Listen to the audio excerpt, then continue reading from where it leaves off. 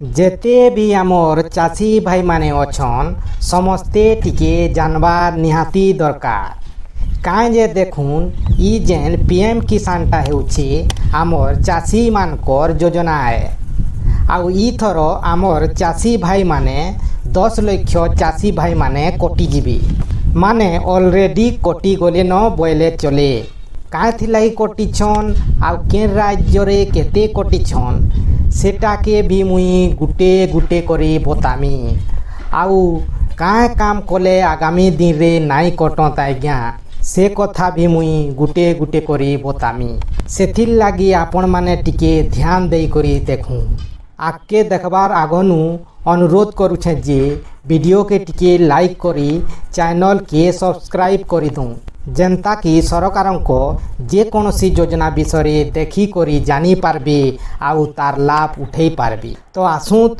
Main topic उपरे आलोचना करमा ई जेन PM किसान उपरे देखूं पेपर रे बाहरी छी प्रधानमंत्री नरेंद्र मोदी को नेतृत्व रे केंद्र सरकार 2019 फेब्रुआरी रे प्रधानमंत्री किसान सम्मान निधि योजना आरंभ करथिले। ई योजना के प्रधानमंत्री आज्ञा 2019 फेब्रुआरी रे आरंभ करथिले। एही योजनार लक्ष्य हेउछि कृषक माननकु आर्थिक सहायता जोगाई सेमानक खर्च कमाइबा ओ आय वृद्धि करिबा।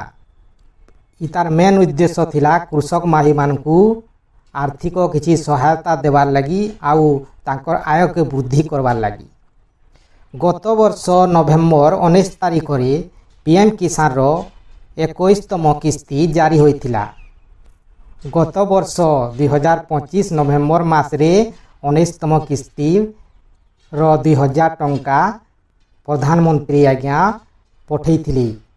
एबे कोटी कोटी कृषक एहार 22तम किस्ती को अपेक्षा करिसंती जहा आसंता मार्च मासरे जारी हेबार संभावना रहिछि किंतु एहारे भितरे आसीछि एक बड़ चिंताजनक विषय। देशर मोट 30,18,361 जन चाषी खाता को 22तम किस्ती आसीबो नाही। देखूं चाषी भाई माने आसबा मासे मार्च मासे 22तम किस्तीर 2000 टंका आसबार अछि किंतु ई भितरे गुटे चिंताजनक खबरटी आसीछि 30,18,361 जन चाषी खाता को 22तम किस्तीर 2000 टंका नि आसे। केंद्र सरकार चाषी माननकु प्रति वर्ष 6000 आर्थिक सहायता देई थांती। प्रति 4 मासरे 2000 करी वर्ष को 3टी किस्ती रे मोट 6000 टंका सीधा सलक डीबीडी माध्यम रे आधार सीडेट बैंक खाता को ट्रांसफर करा जाए।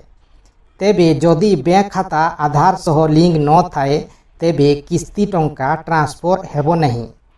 देखूं त आज्ञा सबु वर्ष 2000 करे 3टा किस्ती रे 6000 टंका देइथिसन चाषी भाई मानकु आउ जदि बैंक खाता सह आधार लिंक नी थाए ताहेले ई थर 22तम किस्तीर 2000 टंका नी आसे।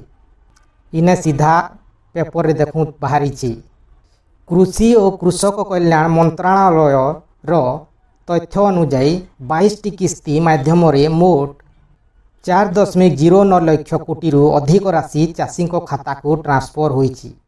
6 फेब्रुआरी 2026 पर्यंत 30,18,361 जन चाषी बैंक खाता आधार सह लिंक होई नाही तेणु सेमाने पीएम किसान रो 22तम किस्ती पाइबारु वंचित हेबे। देखूं आज्ञा मैंने 30,18,361 जनकर बैंक खाता सह आधार लिंक नी न सेथिर लगी से मन के 22तम किस्तीर पैसा नी आसे बोली कहूची। ने देखूं आइने देखूं केउ राज्य रे केते चाषी को मिलिबनी 22तम किस्ती। देखूं तिने उत्तर प्रदेश 10,44,200 एतकी जन मने नी पावत 22तम किस्ती।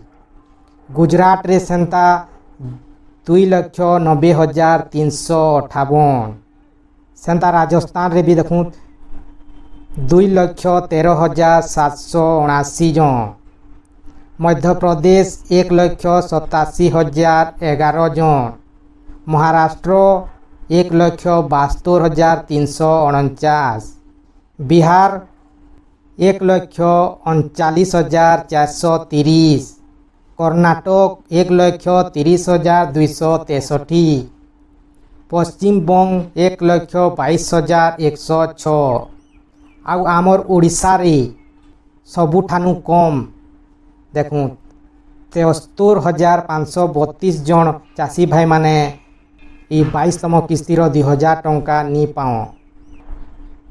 আইন দেখুন মোট প্রভাবিত কৃষক সংখ্যা 30,18,361 বতুছি।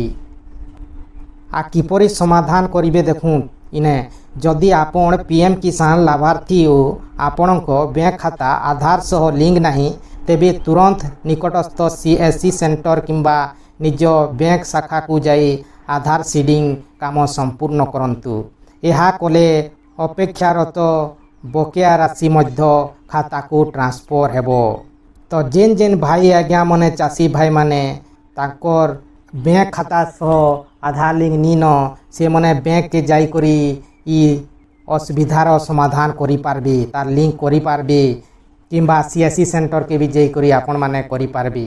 ଇଟା କରିଦେବେ ବେଲେ ଆପଣଙ୍କୁ ଆସବା ମାର୍ଚ୍ଚ ମାସେ ଯେନ୍ 22ତମ କିସ୍ତିର 2,000 ଟଙ୍କା আসবারকে যাଉଛି সেটা আপন পাইপারবে। তো ଆପଣମାନେ যে যার অসুবিধা আছে জলদি যাইকরি এটা প্রোবলেমর সর্ট আউট করুন। তো ଆପଣମାନକେ ভিডিও কেনতা লাগলা গোটে কমেন্ট করবে। রহুছে আজ্ঞা মনে জুহার।